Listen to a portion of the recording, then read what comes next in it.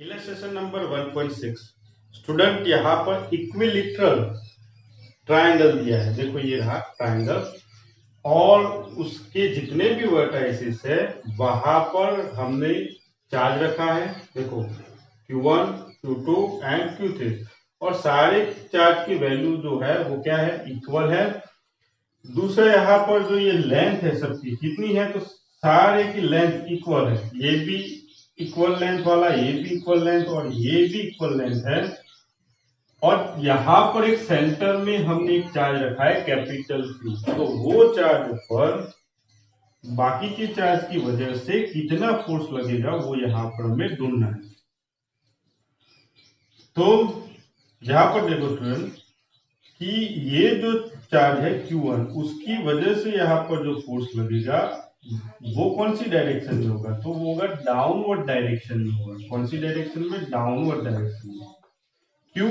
क्योंकि ये भी पॉजिटिव चार्ज, ये भी पॉजिटिव चार्ज, तो ये वाला जो चार्ज है इसको रिपल करेगा तो इसको नीचे की ओर धकेलेगा। इसीलिए यहाँ पर जो फोर्स है Q1 की वजह से वो डाउनवर्ड डायरेक्शन में होगा और उसको मैं लिखता हूं 1 है, इसीलिए force F1।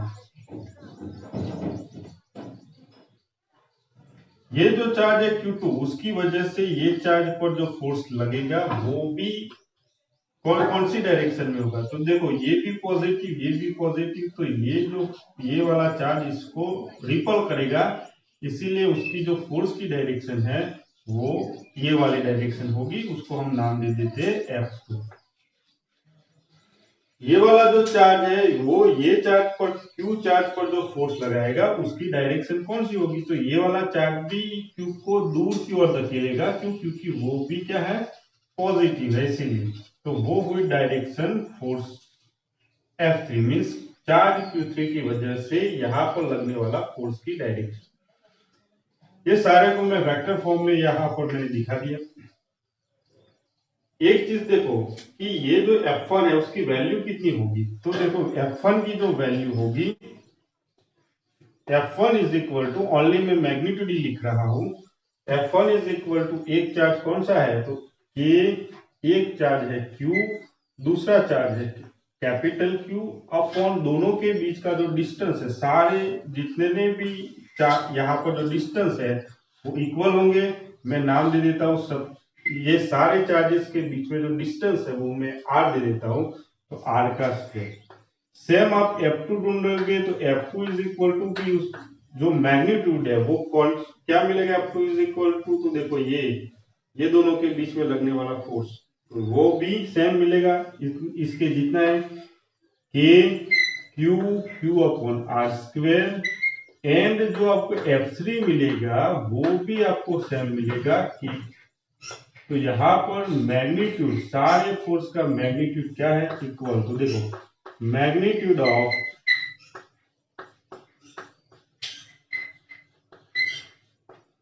F1, force F1 is equal to F2 is equal to F3, जिसका नाम मैं एक दे देता हूं F।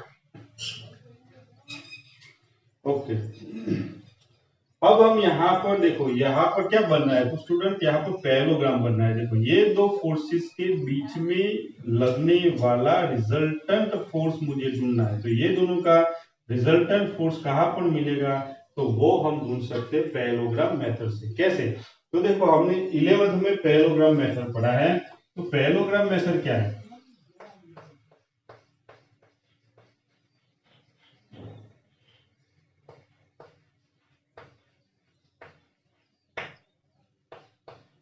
तो ये मेथड है दो वेक्टर के बीच में का जो रिजल्टेंट वेक्टर निकालने का ये मेथड है।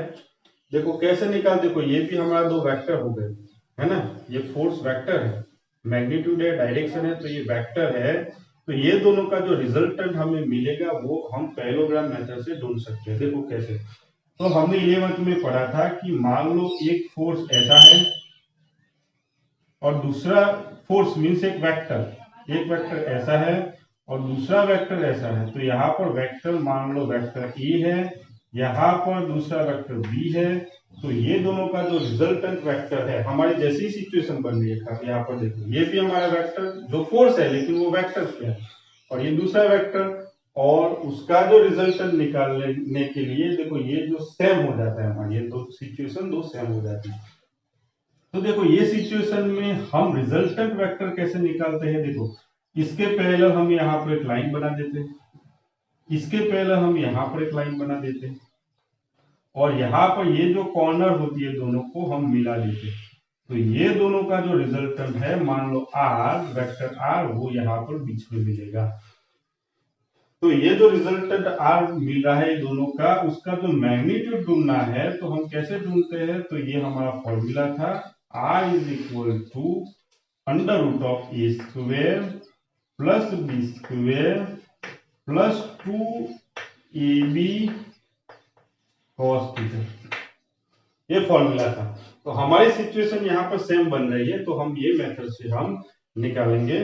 तो यहाँ पर भी हम देखो क्या कर रहे हैं, इसका ये जो फोर्स है F3, उसके हम यहां से हम एक लाइन बनाएंगे, वो F2 के पैरेलल है। देखो ये लाइन मैंने बनाई, इसके पैरेलल है, वो F2 के पैरेलल।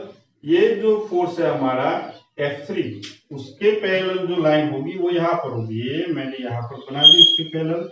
तो ये जो पैरेलल बनी लाइन, तो यहाँ से यहाँ पर हम एक वेक्टर बनाएंगे जो हमारा रिजल्टेंट वेक्टर होगा। समझ में आ रहा है? फिर से मैं बोल रहा हूँ, एक वेक्टर ये है, दूसरा वेक्टर ये है। ये वेक्टर का पैरेलल मैंने यहाँ पर बनाया, ये वेक्टर का पैरेलल मैंने यहाँ पर बनाया, और यहाँ पर एक कॉर्नर है, दूसरी कॉर्नर यहाँ पर, दोनों को एक लाइन से जोड़ दो। तो ये जो मिल रहा है रिजल्टेंट, वो हमारा ये दोनों का रिजल्टेंट है। उसका नाम दे रहा हूँ एफ डैश। फोर्स क्या दे रहा हूँ, उसका नाम एफ डैश। तो यहाँ पर student force F2 and F3 का रिजल्टेंट फोर्स क्या है, एफ डैश। ओके, तो मैग्नीट्यूड कैसे निकालेंगे ये दोनों का, तो देखो मैग्नीट्यूड ऑफ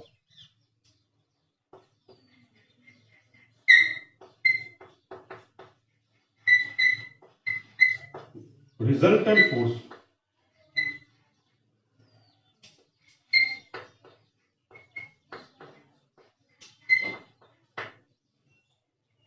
कौन सा है हमारा रिजल्टेंट फोर्स, एफ डैश। उसका रिजल्टेंट कैसे निकालेंगे, हाँ वेक्टर में है। तो देखो यहाँ पर ये फॉर्मूला यूज करेंगे। तो हमारा रिजल्टेंट, यहाँ पर रिजल्टेंट कौन था, आर, यहाँ पर हमारा रिजल्टेंट कौन है, एफ डैश। तो यहाँ पर लिखेंगे उसका मैग्नीट्यूड है, इसलिए ओनली एफ डैश लिखेंगे, is equal to under root करेंगे, यहाँ पर भी मैंने किया है, ए का स्क्वायर मीन्स ये साइड वाला जो वेक्टर है उसका मैग्नीट्यूड का स्क्वायर। तो यहाँ पर देखो ये कौन है, F3, तो उसका स्क्वायर, तो यहाँ पर F3 का स्क्वायर प्लस दूसरा कौन सा है, यहाँ पर B, मीन्स यहाँ पर ये वेक्टर का मैग्नीट्यूड। तो हमारा ये वेक्टर का मैग्नीट्यूड कौन है, F2, तो F2 का स्क्वायर, दूसरा यहाँ पर plus 2, A means F3 F2 cos theta. अब यहाँ पर स्टूडेंट थीटा कितना होगा हमारी चीज में, तो देखो थीटा इज इक्वल टू, ये पूरा देखो ये फोर्स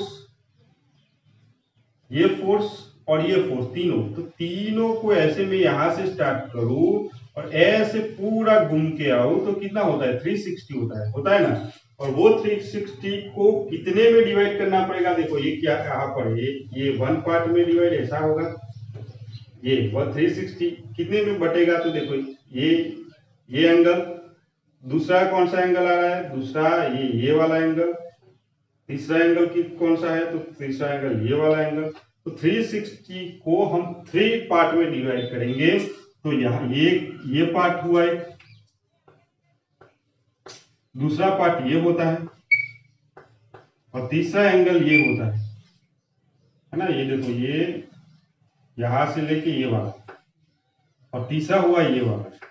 तो 360 को 3 पार्ट में, क्योंकि 3 पार्ट में क्योंकि देखो ये फोर्स है यहाँ पर हमारा F2, ये रहा, दूसरा है यहाँ पर F3, और तीसरा है यहाँ पर F1।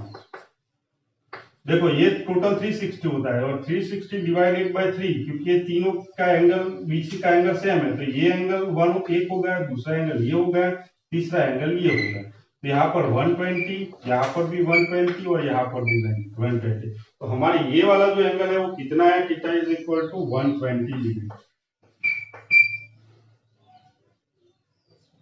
तो इज इक्वल टू, स्टूडेंट यहाँ पर देखो F3 कितना है, तो F3 is equal to F, तो मैं यहाँ पर लिख लूंगा तो F का square. F2 is equal to क्या है, तो F2 is equal to BF है, तो F का square plus 2F into F square cos 120। cos 120 कितना होता है, तो cos 120 होता है -1/2। तो यहाँ पर अंडर रूट ऑफ ये F square plus F square, तो 2F स्क्वायर हो गया, प्लस यहाँ पर 2F स्क्वायर cos 120 लिख देता हूं मैं यहाँ पर, 120 मीन्स -1/2। ये 2 स्टूडेंट कैंसल हो जाएगा, तो यहाँ पर बचेगा -1 इंटू एफ स्क्वायर। तो under root of 2F square और ये -F स्क्वायर, तो 2F स्क्वायर में से एक F स्क्वायर चला जाएगा, तो बचेगा under root of F square. तो F dash is equal to क्या मिला, तो रिजल्टेंट जो वेक्टर हमें मिलता है उसका मैग्नीट्यूड हमें मिलता है F। F dash is equal to क्या मिला है, हाँ वेक्टर में लिखोगे तो उसको वेक्टर F लिखना पड़ेगा।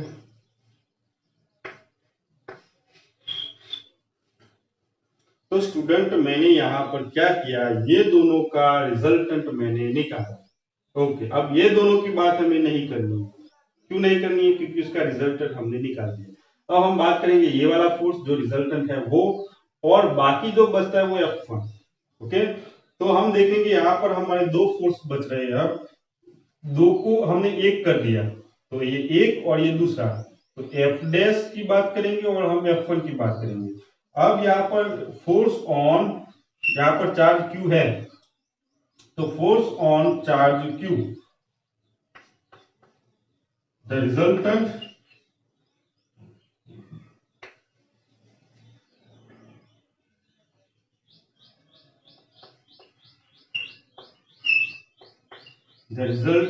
force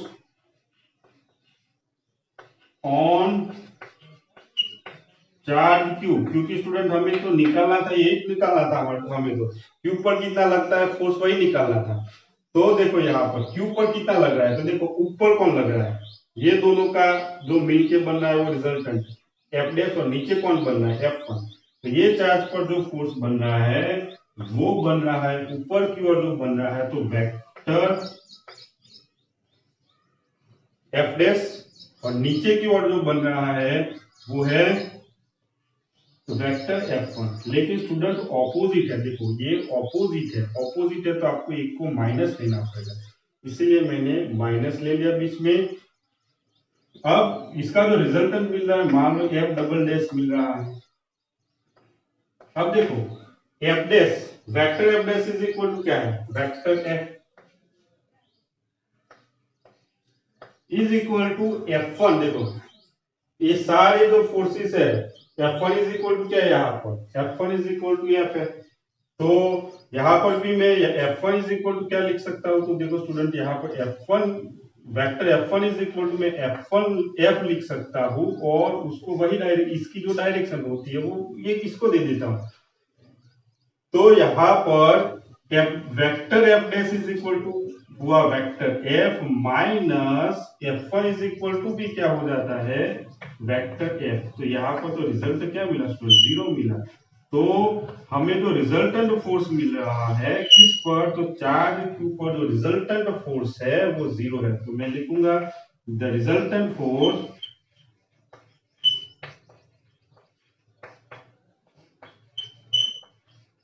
on charge Q is 0। ये चार्ज पर रिजल्टेंट 0 है। स्टूडेंट यहाँ पर मैं एक बार फिर से मैं यहाँ पर एक्सप्लेन कर देता हूँ कि मैंने vector F1 is equal to vector F क्यों लिखा। देखो फिर से मैं यहाँ पर आपको एक बार बता देता हूँ, ये निकाल के देखो F1 इज इक्वल टू तो F है, तो मैंने ये F लिख दिया यहाँ पर। ओके, अब देखो एफ की डायरेक्शन, ये दो इक्वल है, मींस F1 की जो डायरेक्शन होगी वही एफ की डायरेक्शन होगी, तो इसकी डायरेक्शन इसको दे दो, हो गया। इसीलिए vector F1 is equal to vector F होता है। तो हमारा ये जो रिजल्ट था वो है एग्जाम्पल इलस्ट्रेशन नंबर 1.6।